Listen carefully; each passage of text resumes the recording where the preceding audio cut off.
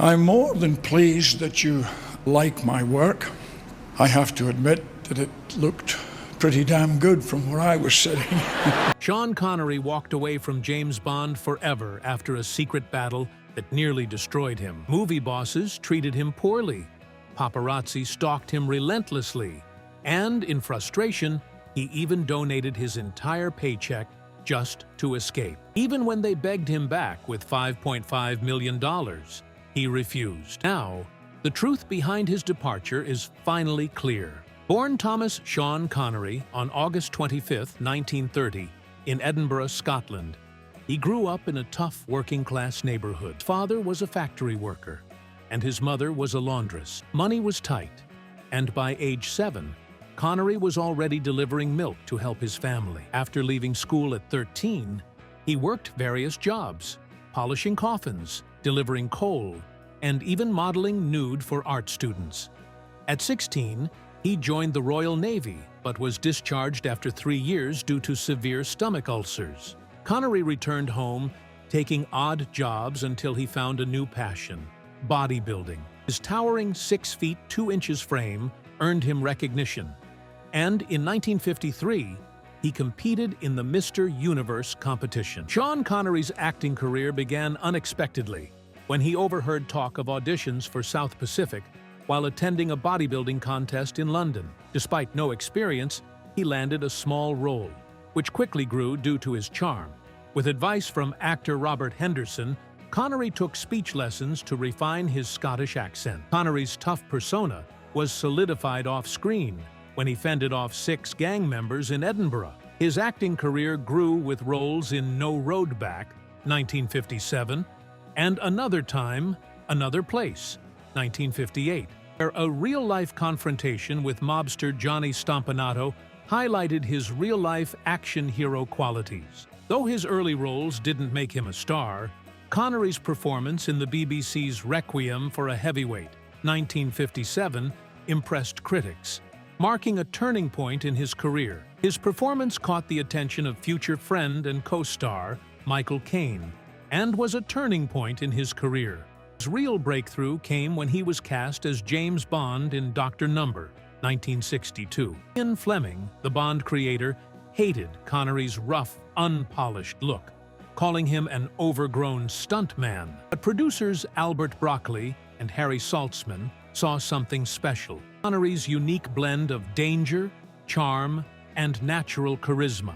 Director Terence Young took Connery under his wing, teaching him the sophisticated Bond lifestyle. When Dr. No hit theaters, audiences loved Connery's confident, tough, and effortlessly cool Bond. Even Fleming was impressed and tweaked Bond's backstory to include Scottish heritage in You Only Live Twice, 1964, acknowledging Connery's influence on the character. Connery's Bond films, especially Goldfinger, 1964, and Thunderball, 1965, raised the stakes of the franchise, introducing iconic elements like the Aston Martin DB5 and epic action sequences. Connery's Bond wasn't just a suave intellectual or a tough guy. He was both: sharp-witted, physically imposing, and always in control. His portrayal changed the spy genre, inspiring future heroes like Mission, Impossible's Ethan Hunt, and the Bourne Identity's Jason Bourne. Connery also pushed for realism, performing many of his own stunts. When filming the famous tarantula scene, his fear of spiders led to a stuntman finishing the shot. By 1967, after 5 Bond films, Connery was ready to step away from the role that made him a global icon. The constant paparazzi attention, particularly during the filming of You Only Live Twice, pushed him to his limit. He was no longer just playing Bond. He was living Bond. And it felt like his life was no longer his own. The toll showed in his performance, leaving fans and critics wondering if Connery was truly done with the role. Connery still delivered the lines and looked the part, but something was missing. He seemed disengaged, with many saying he appeared bored off camera. Exhausted from endless interviews and the pressure of being the face of the Bond franchise, Connery began to question if it was worth it. Despite earning around $1 million for You Only Live Twice, The Bond films made far more, and Connery believed he deserved a bigger cut. But producers Albert R. Broccoli and Harry Saltzman refused to increase his salary, and the tension between them grew. Connery felt undervalued, trapped by a role that had defined him. He famously said, "I have always hated that damn James Bond. I'd like to kill him." His frustration was clear, and even close friend Michael Caine knew better than to bring up Bond. After filming You Only Live Twice, Connery made his decision. He was done with Bond. The producers cast George Lazenby, a model with no acting experience, as Bond in On Her Majesty's Secret Service, 1969. But Lazenby's time as 007 was short-lived. The franchise struggled without Connery. And after a failed attempt to cast John Gavin, United Artists president David Picker knew who could bring the magic back: Connery.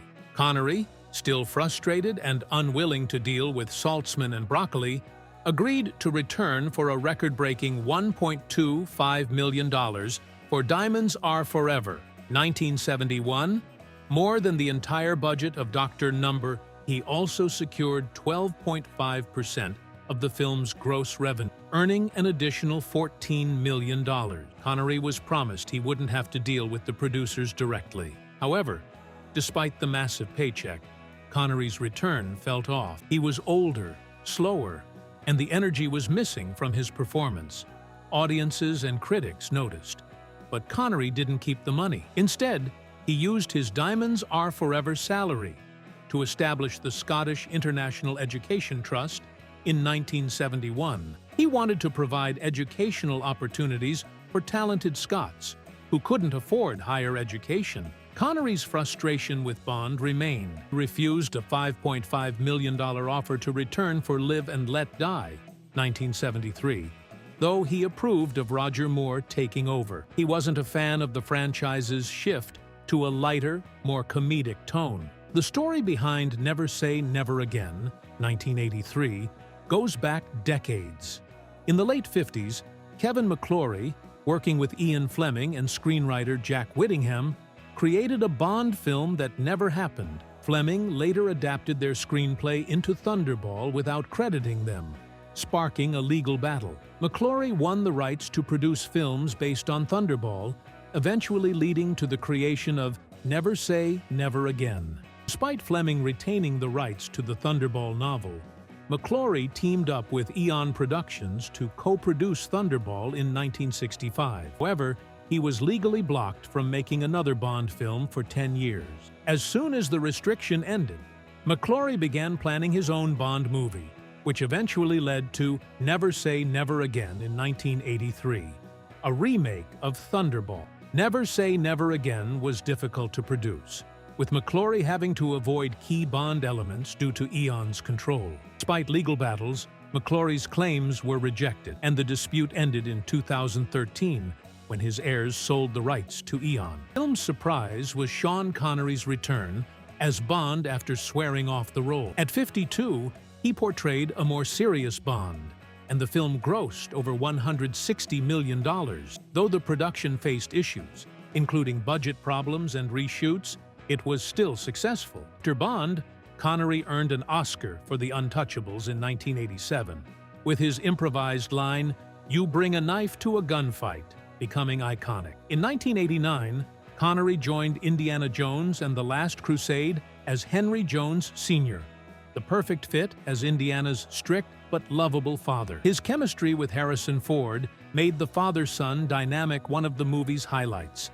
The film became the highest-grossing of 1989, earning $474.2 million worldwide and winning an Academy Award for Best Sound Effects Editing. The next year, Connery played Captain Marco Ramius in The Hunt for Red October, a role that showcased his commanding presence. Despite his Scottish accent, Connery's performance was so strong that it convinced audiences he was the perfect fit for a Soviet submarine captain.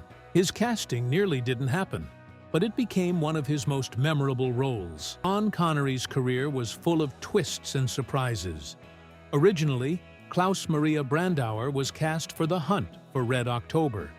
But after dropping out, Connery was sent the script. Due to a faxing error, he initially didn't understand the Cold War context and almost turned the role down. Once the error was corrected, Connery signed on. The film grossed over $200 million worldwide and won an Oscar for Best Sound Editing. Though Connery had a knack for picking successful films, he turned down major roles. He declined the role of Gandalf in The Lord of the Rings, a part that could have earned him $450 million. Admitting he didn't understand the script, he also passed on playing John Hammond in Jurassic Park, architect in The Matrix. The story didn't resonate with him.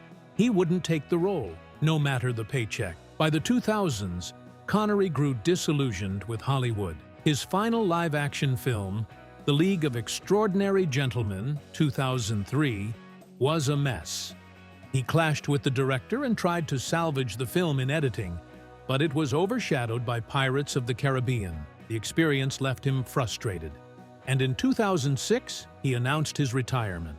Despite an offer to return as Henry Jones Sr. in Indiana Jones and the Kingdom of the Crystal Skull, Connery declined, saying retirement was too much fun. Connery's first marriage to Diane Cilento ended in 1973.